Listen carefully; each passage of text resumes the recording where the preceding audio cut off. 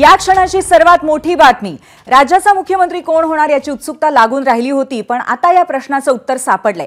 महाराष्ट्राच्या मुख्यमंत्रीपदी फडणवीसच विराजमान होणार असं सूत्रांनी खात्रीलायकरित्या आता सांगितलेलं आहे। फडणवीसच मुख्यमंत्री यावर शहांसोबतच्या कालच्या बैठकीमध्ये शिक्कामोर्तब झालंय। आता भाजपचे केंद्रीय निरीक्षक लवकरच मुंबईत दाखल होतील आणि त्यानंतर पुढच्या प्रक्रियेला सुरुवात होईल। अमित शहांसह बैठकीत फडणवीसांच्या नावावर जवळपास शिक्कामोर्तब करण्यात आलेला आहे। सर्व प्रक्रिया पार पाडून आता लवकरच औपचारिक घोषणा होतील। महायुतीच्या नेत्यांची काल अमित शहांसोबत सत्ता स्थापनेवरती चर्चा चालली होती। काल रात्री बैठक सुरू झाली आणि त्यानंतर बऱ्याच चर्चा बऱ्याच मुद्द्यांवर याच्यावर पार पडल्या, पण त्यामध्ये देवेंद्र फडणवीस यांच्या नावावरती शिक्कामोर्तब करण्यात आलेले मुख्यमंत्री म्हणून असं कळतंय। आपल्यासोबत आपले प्रतिनिधी सोमेश कोलगे या संदर्भात माहिती देण्यासाठी आहेत। सोमेश, देवेंद्र फडणवीस यांच्या नावावरती शिक्कामोर्तब झालंय, काय सांगाल अधिक?